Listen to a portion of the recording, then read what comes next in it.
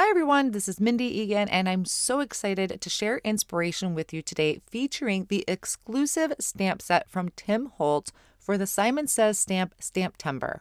The stamp set being released is this beautiful red rubber stamp that has the sentiments, some vintage snowflakes, and this wonderful image of Santa climbing up to go down the chimney. Now these are kind of attached in the red rubber, but all you need to do is just peel that apart. It is on a clear acetate sheet, so you can just pop that back in and great for storage. Also included is this Snow Flurries small stencil that I'm going to use in my card project today. I'm going to start by creating my background, and for that I am using 80-pound white cardstock and Tumbled Glass Distress Oxide ink. I'm starting at the very top there, and I'm not going across the whole way. You can see it kind of comes down in one little area. I'm envisioning that as the moon is further up top and it's kind of casting some light down. So now I'm coming in with chipped sapphire, and then at the bottom is seedless preserves. So my lightest area is actually going to be the top of the card. I'm going to go back through all of those colors to help blend them seamlessly and help smooth out the transition. But I did decide I wanted to add a little bit of black soot at the very bottom, kind of for some more contrast. And then I went back up into that tumbled glass to kind of help smooth that out and really give that look of the night sky kind of shining light down. I'm placing that panel inside my Misty stamping tool, and I am going to stamp on this large image. I love these vintage images because they remind me of like old postcards and old Christmas cards. I really do like them. And I stamped it in a VersaFine ink. Since that does stay wet a little longer, I'm going to dry that with my heat tool. I'm going back to use that stencil, and for this I have some texture paste in Opaque.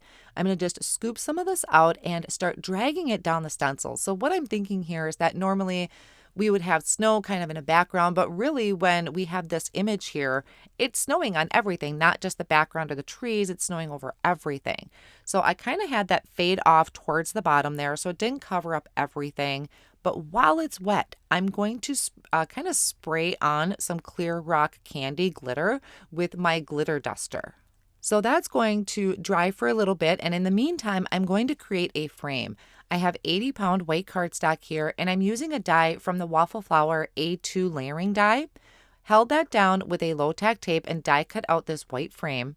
And then I'm going to line the back of the frame with some foam tape to pop it up. I'm going to carefully peel back the backing on the foam tape, but not remove it completely, because I don't know if you noticed when you take backing off of foam tape, everything just wants to curl up.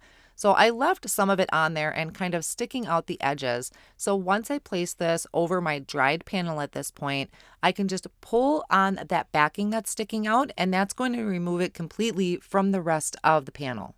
So now I have this beautiful framed scene after I pull out all of those pieces. I know you can it distorted the image a little bit or kind of camouflaged it. So I want to brighten those up, and I'll show you how I did that. First, I just have my sentiment here that I stamped on white cardstock, and I'm going to trim that out with one of the smaller rectangles in that A2 layering die set. So I'm going to set that sentiment off on the side, and now I'm bringing in the Distress watercolor pencils. Like I said, the image kind of got lost a little bit with the ink blending and the snow flurries. So I decided to bring in these watercolor pencils. This is the white one. I added some highlights to the roof and the ladder. And then I also brought in the black watercolor pencil, and I decided to kind of emphasize those sketched lines that were provided by the stamp set. So essentially what I'm doing is I'm trying to get this image to pop out a little bit more from the background. When that wasn't quite doing what I wanted to, I decided to bring in a water brush, and I'm literally picking up some of the color. So that's what Distress Oxide does. It's reactive to water. When you put water on something, it kind of removes that color a little bit. So that's what I'm doing, is literally painting over those areas and dabbing up the excess water with my paper towel. So now you can see how this image is starting to pop off of that background. I'm not really coloring it with any particular color. I'm just removing some of that Distress Oxide that I had applied. So I did a little bit to the trees, the chimney, Santa suit, and the sack of toys and the rooftop. And then after I finish doing all of that, I am going to add in that sentiment with my foam tape, just kind of pop it up in the corner there. Now this stamp set, it's exclusive to Simon Says Stamp and only available while supplies last. So if you would like these images, if you like this inspiration, definitely head over there. I have all of my supplies listed down below in the video description and over on my blog as well.